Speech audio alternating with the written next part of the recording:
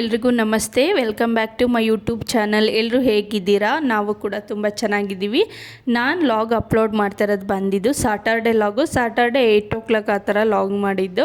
ಏನಂದರೆ ಅವತ್ತು women's day ಇತ್ತಲ್ವ, ಹಾಗಾಗಿ ಸರ್ಪ್ರೈಸಾಗಿ ಕೇಕ್ ಕೂಡ ಕಟ್ ಮಾಡಿಸಿದ್ರು. ಅಂದರೆ ನಮ್ಮ ಮಕ್ಕಳು, ನಮ್ಮ ಅಕ್ಕನ ಮಗಳು, ನಮ್ಮ ಅಕ್ಕನ ಮಗ ಎಲ್ಲರೂ.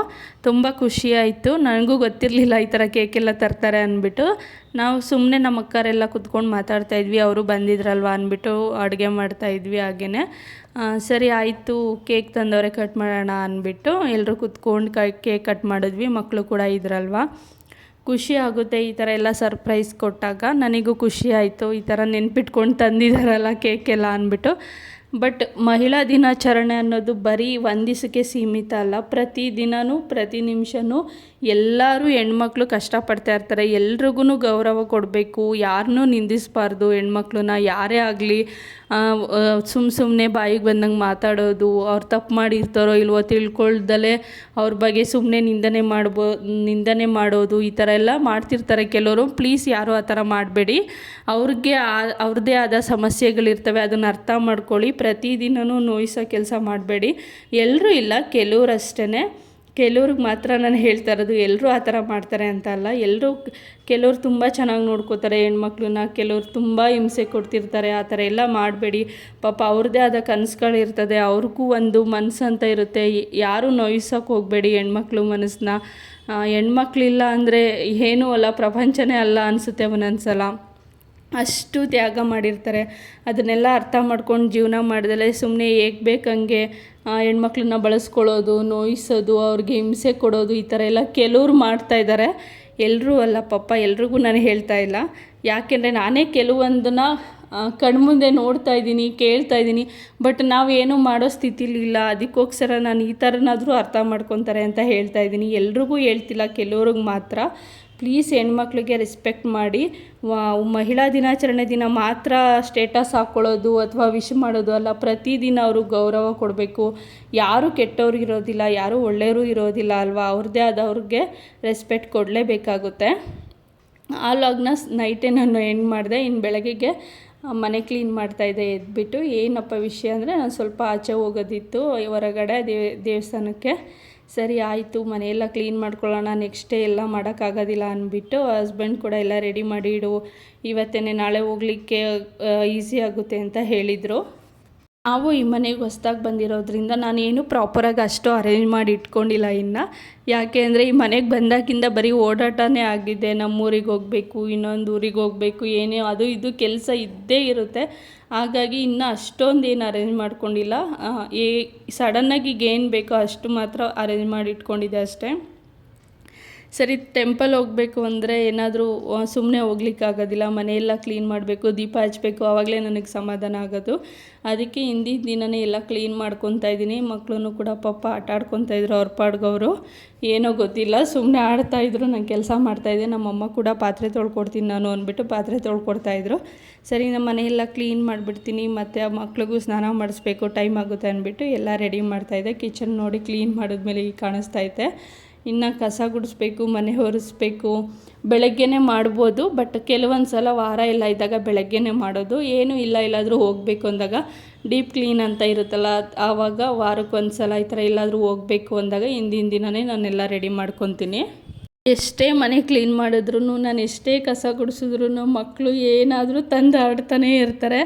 ನನಗೂ ಎತ್ತಿಕ್ಕಿ ಸಾಕಾಗಿಬಿಡುತ್ತೆ. ಬಟ್ ಮಕ್ಕಳಲ್ವ, ಏನೂ ಮಾಡೋಕ್ಕಾಗೋದಿಲ್ಲ.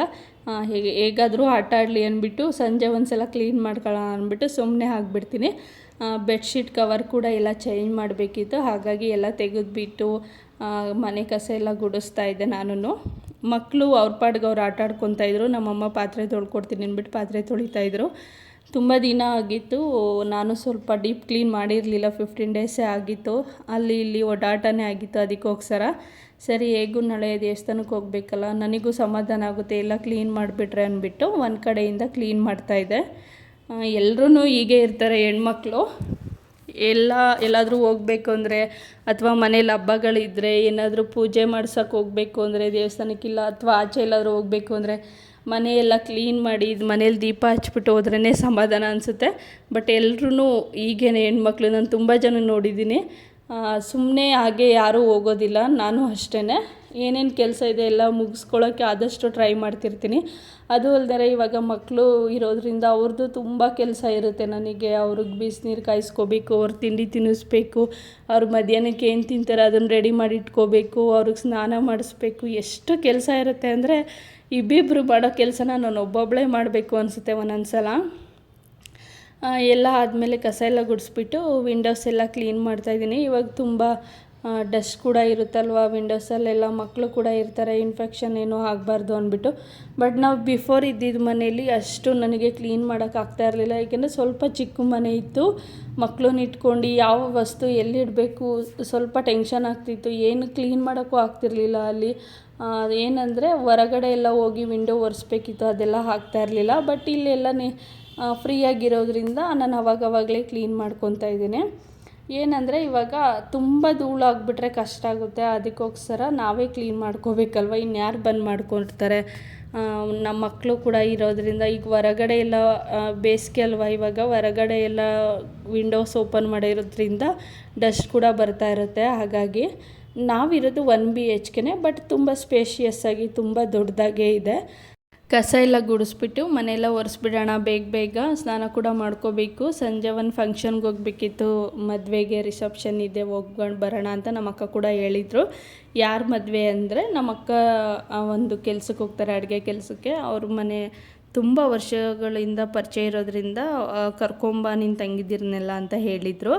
ಹಾಗಾಗಿ ನಾವು ಕೂಡ ರೆಡಿ ಆಗಿಬಿಟ್ಟು ಹೋಗಿದ್ವಿ. ತುಂಬ ಯಾರೋ ಅಥವಾ ಬೇರೆಯವ್ರು ಯಾರೋ ಕರೀದಲೆ ಅಥವಾ ಯಾರೋ ನಮ್ಗೆ ಅಂತಾರೆ ಅಂಥವ್ರ ಜೊತೆ ಸೇರೋದಕ್ಕಿಂತ ಈ ಥರ ಪ್ರೀತಿ ಕೊಡ್ತಾರಲ್ವ, ಯಾರೋ ನಮಗೆ ಗೊತ್ತಿಲ್ಲ ಎಲ್ರೂ ಅವರು ಕರಿಬೇಕು, ಪ್ರೀತಿ ವಿಶ್ವಾಸ ತೋರಿಸ್ಬೇಕು ಅನ್ನೋದಿರುತ್ತಲ್ಲ, ಅಂಥವ್ರ ಜೊತೆ ಹೋಗಬೇಕು ಅಂತ ನನ್ನ ಅನಿಸಿಕೆ. ಏನಂದರೆ ಇವಾಗ ತುಂಬ ತಿಳ್ಕೊಂಡಿರೋರೇ ನಮ್ಮ ಬಗ್ಗೆ ಹಿಂದೆ ಮುಂದೆ ಒಂದು ಮಾತಾಡ್ತಿರ್ತಾರೆ. ಬಟ್ ನಾವ್ಯಾರು ಅಂತ ಅವ್ರಿಗೆ ಗೊತ್ತಿಲ್ಲ, ಅವ್ರು ಯಾರು ಅಂತ ನಮಗೆ ಗೊತ್ತಿಲ್ಲ. ಬಟ್ ನಾವು ಮದುವೆಗೆ ಹೋದಾಗ ಅಷ್ಟು ಪ್ರೀತಿ ವಿಶ್ವಾಸದಿಂದ ನೋಡ್ತಾರೆ ಅಂದಾಗ ಎಷ್ಟು ಖುಷಿಯಾಗುತ್ತಲ್ವ. ಅಂಥವ್ರ ಮದುವೆಗೆ ಹೋಗಲೇಬೇಕು ಅಂದ್ಬಿಟ್ಟು ಅದಕ್ಕೋಸ್ಕರ ಕೆಲಸನೂ ಕೂಡ ಬೇಗ ಮುಗಿಸ್ತಾ ಇದೆ.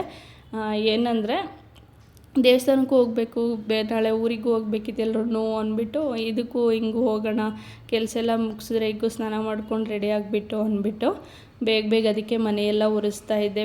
ಬೆಡ್ಶೀಟ್ ಕವರೆಲ್ಲ ಚೇಂಜ್ ಮಾಡಬೇಕು, ಮನೆಯೆಲ್ಲ ಒರೆಸ್ಬಿಟ್ಟು ಆಮೇಲೆ ಚೇಂಜ್ ಮಾಡೋಣ ಅಂದ್ಬಿಟ್ಟು. ಈ ಥರ ಡೀಪ್ ಕ್ಲೀನ್ ಮಾಡಿದ್ರೇ ಸಮಾಧಾನ ಅನಿಸುತ್ತೆ ನನಗೂ ಕೂಡ. ಏನೋ ಒಂದು ಸುಮ್ಮನೆ ಏನೋ ಒಂದು ಬಿಟ್ಬಿಟ್ಟು ಇವಾಗ ವಿಂಡೋ ಒರೆಸಿಲ್ಲ ಅಂದರೆ ಅಥವಾ ಏನೋ ಟೈಲ್ಸ್ ಏನೂ ಒರೆಸ್ಕೊಂಡಿಲ್ಲ, ಸುಮ್ಮನೆ ಕಸ ಗುಡಿಸು ಮನೆ ಒರೆಸ್ತೀವಿ ಅಂದ್ರೂ ಸಮಾಧಾನ ಇರೋದಿಲ್ಲ.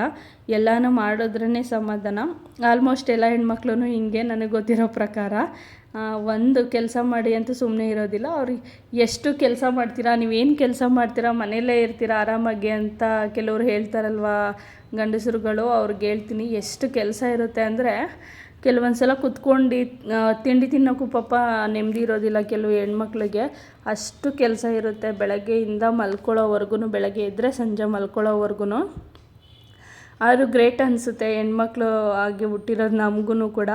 ಎಷ್ಟು ಕೆಲಸ ಮಾಡ್ತಾಯಿದ್ರು ಒಂದೊಂದು ಸಲ ಆಯಾಸ ಅನಿಸಿದ್ರು, ಬಟ್ ನಮ್ಮ ತರಹ ಗಂಡು ಮಕ್ಕಳು ಮಾಡೋಕ್ಕಾಗೋದಿಲ್ಲ. ಮಾಡ್ತಾರೆ, ಬಟ್ ತುಂಬ ಡೀಪಾಗಿ ಮನೆ ಕೆಲಸನೂ ಮಾಡ್ಕೊಂಡು ಹೊರಗಡೆನೂ ಕೆಲಸ ಮಾಡಿ ಬರ್ತಾರೆ, ಅದಂತೂ ಸುಳ್ಳು. ಯಾರೋ ಒಬ್ಬರು ಹತ್ತಕ್ಕೊಬ್ಬರು ಮಾಡ್ಬೋದು ಅಷ್ಟೇ. ಈ ಥರ ಎಲ್ಲ ಮನೆಯಲ್ಲೂ ಮಾಡಿ ಹೊರಗಡೆನೂ ಮಾಡಿ ಮಕ್ಕಳನ್ನೂ ನೋಡ್ಕೊಂಡು ನಿಭಾಯಿಸೋದಿದ್ದಲ್ಲ, ಅದು ಹೆಣ್ಮಕ್ಳ ಕೈಲಿ ಮಾತ್ರ ಸಾಧ್ಯ ಆಗೋದು.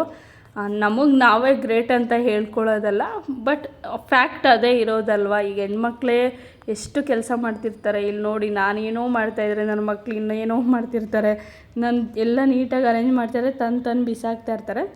ಬಟ್ ಮಕ್ಳು ಹಾಗೇ, ನಾವೇನು ಅದಕ್ಕೆಲ್ಲ ಬೇಜಾರು ಮಾಡ್ಕೊಳ್ಳೋದಿಲ್ಲ. ನಮ್ಮ ಮಕ್ಕಳೇ ಬೇರೆಯವ್ರು ಬಂದು ಮಾಡೋಕ್ಕಾಗುತ್ತಾ, ಮಕ್ಕಳು ಮಾಡ್ದಲೆ ದೊಡ್ಡವ್ರು ಮಾಡೋಕ್ಕಾಗುತ್ತಾ ಅಂದ್ಬಿಟ್ಟು ಹೊರಗಡೆ ರೂಮಿಂದ ವಿಂಡೋಸಿಂದ ಈ ಥರ ಕಾಣಿಸುತ್ತೆ ನೋಡಿ ಹೊರಗಡೆ.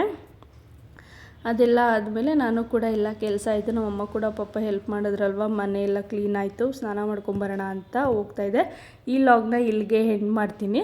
ಯಾರ್ಯಾರು ಲಾಗ್ ನೋಡ್ತಾ ಇದ್ದೀರಾ ಸಬ್ಸ್ಕ್ರೈಬ್ ಮಾಡ್ಕೊಳ್ದಲೆ ಪ್ಲೀಸ್ ಸಬ್ಸ್ಕ್ರೈಬ್ ಮಾಡ್ಕೊಳ್ಳಿ, ಲೈಕ್ ಮಾಡಿ, ಶೇರ್ ಮಾಡಿ. Thank you for watching.